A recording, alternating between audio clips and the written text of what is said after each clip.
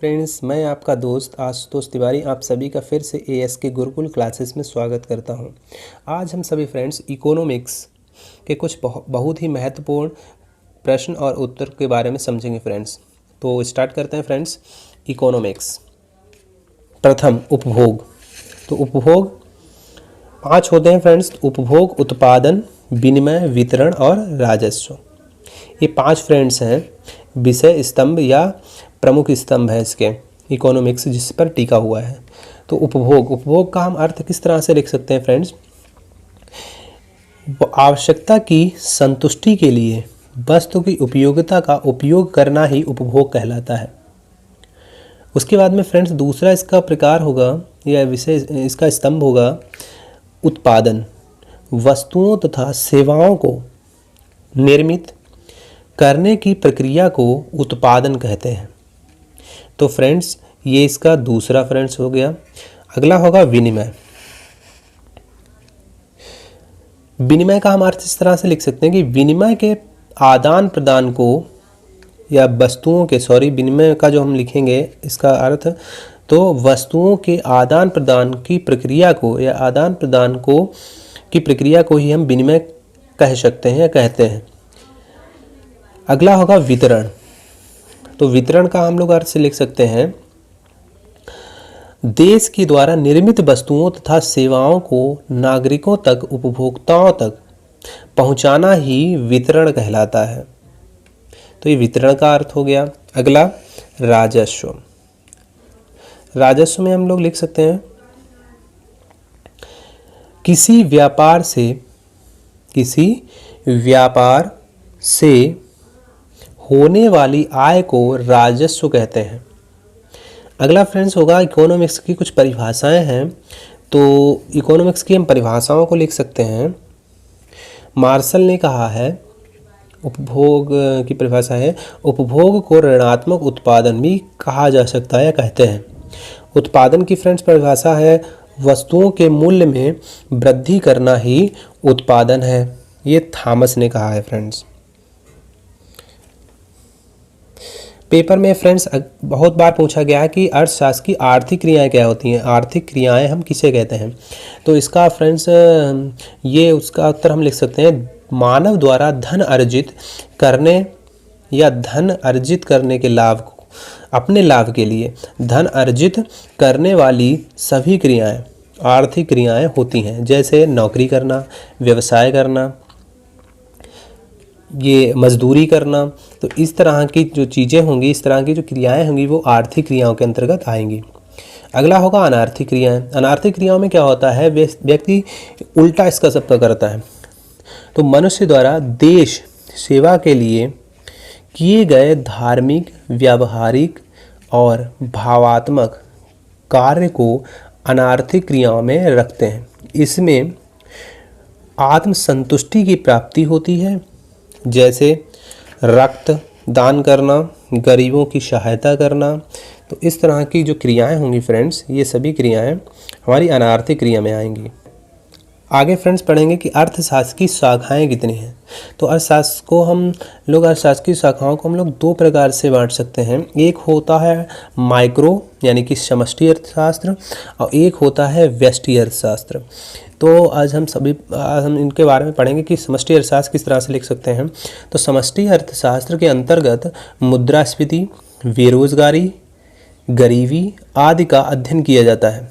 क्षेत्रीय, राष्ट्रीय व अंतर्राष्ट्रीय ये समष्टि अर्थशास्त्र होता है, ये बड़ा होता है फ्रेंड्स। यह अर्थशास्त्र की वह शाखा है जिसके द्वारा संपूर्ण अर्थव्यवस्था का समग्र रूप से अध्ययन किया जाता है।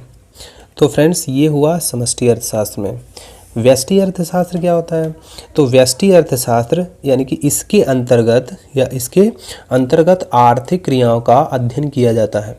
एडम स्मिथ ने इसको बताया है कि इसके अंतर्गत आर्थिक क्रियाओं का ही अध्ययन किया जाएगा।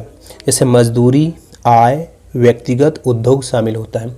इसमें एक ही फर्म का प्रयोग होता है, मतलब एक ही व्यक्ति आता है, लेकिन इसमें जो समष्टि अर्थशास्त्र होता है इसमें संपूर्ण अर्थव्यवस्था का भाग आता है फ्रेंड्स।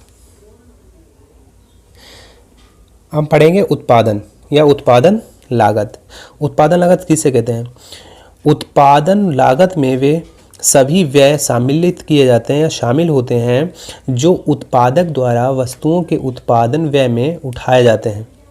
जैसे उत्पादन लागतों के प्रकार होते हैं। तो लागतों के प्रकार कौन कौन से हैं फ्रेंड्स, इसको हम पढ़ सकते हैं। तो फ्रेंड्स ये मुख्यतः 3 प्रकार से हम लोग डिवाइड कर सकते हैं। जैसे देखिए, द्रव्यिक लागत को हम किस तरह से लिख सकते हैं, वास्तविक लागत को किस तरह से लिख सकते हैं और अवसर लागत को किस तरह से लिख सकते हैं फ्रेंड्स। तो द्रव्यिक लागत को पढ़ेंगे। ये मुख्यतः 3 प्रकार की होती हैं, स्पष्ट लागतें, अस्पष्ट लागतें और सामान्य लागतें। तो फ्रेंड्स जो स्पष्ट लागतें होती हैं इसमें उत्पादन, बिक्री तथा अन्य लागतों को शामिल किया जाता है। अस्पष्ट लागतों में उद्यमी अपने साधनों को शामिल करते हैं, केवल अपने साधनों को। सामान्य लाभ या सामान्य लागतें, सामान्य लाभ उद्यमी को किसी उद्योग में बनाए रखने की न्यूनतम लागत होती है फ्रेंड्स। अब क्या होता है वास्तविक लागत। तो वास्तविक लागत किसी वस्तु के उत्पादन में जो कठिनाइयाँ, त्याग, कष्ट उठाने पड़ते हैं उन सभी के योग को उत्पादन की वास्तविक लागत कहते हैं। इसको सामाजिक लागत भी कहा जाता है। अगला क्या होता है कि अवसर लागत। किसी वस्तु की उत्पादन अवसर लागत वस्तु की वह मात्रा है जिसका परित्याग किया जाए।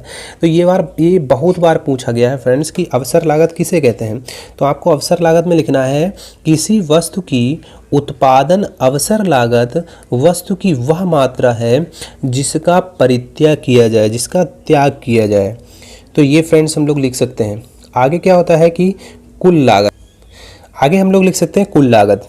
तो कुल लागत को हम किस तरह से लिख सकते हैं, किसी वस्तु के उत्पादन में जो कुल धन व्यय होता है उसे कुल लागत कहते हैं। सभी प्रकार के मौद्रिक व्यय इसमें शामिल किए जाते हैं, सभी प्रकार के मौद्रिक व्यय इसमें शामिल किए जाएंगे फ्रेंड्स। अगला क्या है सीमांत लागत। सीमांत लागत को हम लोग किस तरह से लिख सकते हैं, किसी वस्तु की एक अतिरिक्त इकाई के उत्पादन से कुल लागत में जो वृद्धि होती है उसे ही फ्रेंड्स हम लोग क्या कहेंगे, कुल लागत, सीमांत लागत कहते हैं। इसको हम U से प्रदर्शित कर सकते हैं। इसकी जो रेखा होती है वो U आकार की होती है फ्रेंड्स। अगला हम लिख सकते हैं औसत लागत। औसत लागत को हम लोग किस तरह से निकाल सकते हैं, किस तरह से लिख सकते हैं, तो कुल लागत को उत्पादन की गई इकाइयों से भाग देने पर जो हम लोगों को जो शेष प्राप्त होता है उसे औसत लागत कहते हैं। इसको भाग देते हैं इन सभी को और उसमें जो प्राप्त होगा वो हमारा औसत लागत निकल आएगा फ्रेंड्स। तो इसका सूत्र जो होता है, इसका सूत्र हम लोग याद कर सकते हैं। सूत्र भी बहुत बार पेपरों में पूछा गया है। औसत लागत बराबर कुल लागत और बटे में हम लिखेंगे उपभोग की गई इकाइयाँ। जैसे 40 जो 400 है वो कुल लागत है, उपभोग की गई इकाइयाँ 40 हैं। तो हमारा जो औसत निकलेगा वो 10 निकलेगा फ्रेंड, 10। तो यदि ये हमारा वीडियो आपको अच्छा लगा हो तो इस मेरे वीडियो को लाइक करें, मेरे चैनल को सब्सक्राइब करें। Thank you for watching my video. आगे फ्रेंड्स है परिवर्तनशील या उत्पादन की परिवर्तनशील लागत। तो इसको हम लिख सकते हैं यह कुल लागत का वह अंश होता है जो उत्पादन के बढ़ जाने से बढ़ता है और घट जाने से घटता है। अच्छा, लेकिन स्थिर लागत क्या होती है, स्थिर लागत किसे कहते हैं, तो स्थिर लागत यह उत्पादन लागत का वह अंश है जो स्थिर रहता है। उत्पादन के घटने व बढ़ने पर इसमें कोई परिवर्तन नहीं आता है। तो फ्रेंड्स ये रहे आपके इकोनॉमिक्स के बहुत ही इम्पोर्टेंट क्वेश्चन और आंसर। यदि ये हमारा वीडियो अच्छा लगे तो मेरे वीडियो को लाइक करो फ्रेंड्स। तो फ्रेंड्स मैं आपका दोस्त फिर से आप सभी का ASK गुरुकुल क्लासेस में स्वागत करता हूं। तो आज हम सभी फ्रेंड्स विनिमय के बारे में पढ़ेंगे कि विनिमय का अर्थ क्या होता है, उसकी परिभाषाएं क्या होती हैं, उसकी विशेषताएं क्या होती हैं। तो फ्रेंड्स स्टार्ट करते हैं कि विनिमय का अर्थ दो पक्षों के मध्य होने वाले वस्तुओं तथा सेवाओं के हस्तांतरण को या अदल बदल को हम लोग क्या कहेंगे, विनिमय कहेंगे, विनिमय कहते हैं। मार्शल ने इसकी परिभाषा दी है फ्रेंड्स, दो पक्षों के मध्य होने वाले ऐच्छिक, वैधानिक एवं पारस्परिक धन के हस्तांतरण को विनिमय कहा जाता है। ये बहुत बार फ्रेंड्स पूछा गया है, इसको आपको याद करना है फ्रेंड्स। और जब भी हम लोग परिभाषा लिखते हैं तो इन्वर्टेड कॉमा में लिखेंगे फ्रेंड्स। आगे क्या होगा, विनिमय की विशेषताएं। तो विनिमय की विशेषताएं कौन कौन सी हैं वो हम लोग पढ़ेंगे। दो पक्षों का होना, दो पक्षों के बीच में ही विनिमय हो सकता है।